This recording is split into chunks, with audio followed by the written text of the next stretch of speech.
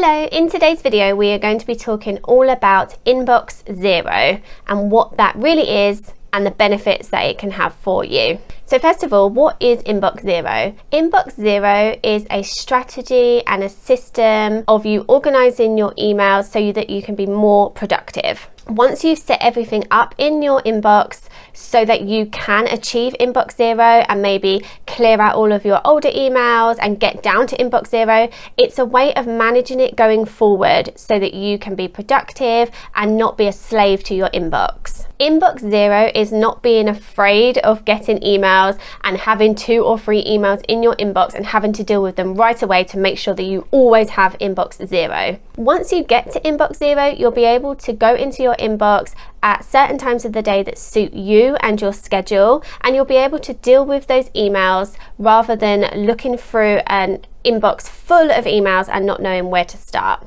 So before I get into the tips and benefits of Inbox Zero, first of all, I'd just like to introduce myself. For those of you who don't know me, I'm Kim. I help therapists in private practice get online, get confident with admin and reduce tech overwhelm. And I'd also like to let you know about a 5-day challenge that I am doing all about this subject, Inbox Zero. In the 5-day challenge, I have 5 tips for you so that you can get to Inbox Zero. So on day 1, we go through the settings so that you can make sure that your Gmail is optimized for you to be able to achieve Inbox Zero. On day 2, we go through Gmail templates so that you can have time to think about all of the emails you send on a regular basis or all the emails that you get into your inbox on a regular basis, and you can think of really thoughtful responses to those emails that you can easily input and send really quickly so that you can get emails out of your inbox. On day 3, we go through labels, which really is the foundation of Inbox Zero. On day 4, we go through filters so that some of the emails that you are getting don't even hit your inbox in the first place. And then on day 5, we go through bringing it all together, and I give you tips about how you can work with your inbox on a daily basis so that you can maintain Inbox Zero. If you're interested in doing this challenge live with me, we are doing it from the 21st of November all the way to the 25th of November, and I'd love you to join me. I'll leave a link in the description so that you can join. Okay, back to the tips. So, why would you even want to achieve an Inbox Zero, and how is that going to be beneficial for you? So one of the biggest reasons that I can see is that if you go into your inbox and you see hundreds, possibly even thousands of emails, it can be really difficult for you to know where to start. So yes, obviously you can start with your unread emails and just imagine that all of the ones that are unread have been dealt with, but is that actually the case? Are there emails in your inbox that you weren't able to get to once they first came in, but you had to read them to make sure it wasn't urgent and then you just left them? So in regards to private practice, maybe that was that you got an inquiry, but at the time you read the inquiry, you didn't have time to have a look at your diary, or you didn't have time to answer the potential client's questions. So you just left it in your inbox and thought, I'll come back to that when I have time to deal with it. But now, hours or days later, you've forgotten about that because it's much further down your inbox. It might not even be on the first screen, so it's completely forgotten about. On the flip side of that,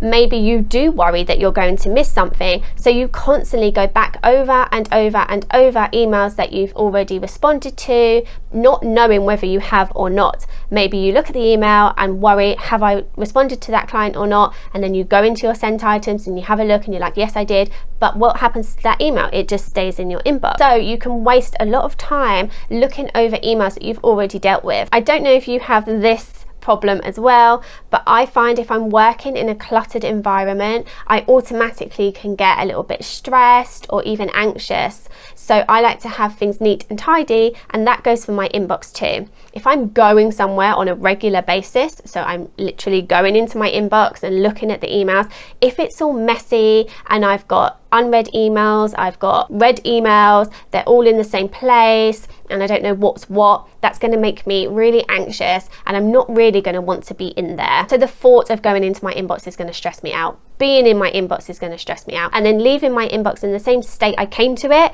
is also going to stress me out until the next time I have to do it. If you're working with an Inbox Zero method, you will not have that issue. Although the goal is Inbox Zero, it doesn't actually mean that you have to have 0 emails in your inbox at all times. It just means that you have a system to deal with those emails. Gmail, which is the email provider that I prefer and the one I teach on, has so many features that you probably don't even know about that can really help maintain your inbox zero. Just as a couple of examples, the labels feature means that you can move emails into their correct place. So if you have a label for accounts, one for client inquiries, one for current clients, one for training and CPD, you can have as many labels as you want. You can then move the emails into the correct folder or label once you have set that up, and then it's off your mind and you've dealt with it and you know that you don't need to come back to that email unless you specifically needed it. Another great feature that I love is the snooze feature. So what this does is it means you can snooze an email. So let's say you want to deal with anything to do with your accounts on a particular day. Maybe you pay all of your invoices on a Friday. When you get an email in to your inbox, what you can do is snooze that email for it to come back to you on a certain day at a certain time. So it actually leaves your inbox, it goes into a completely separate folder called snooze, and then what happens is it comes back as a new email on the date and time that you have requested. So if you need to pay all of your invoices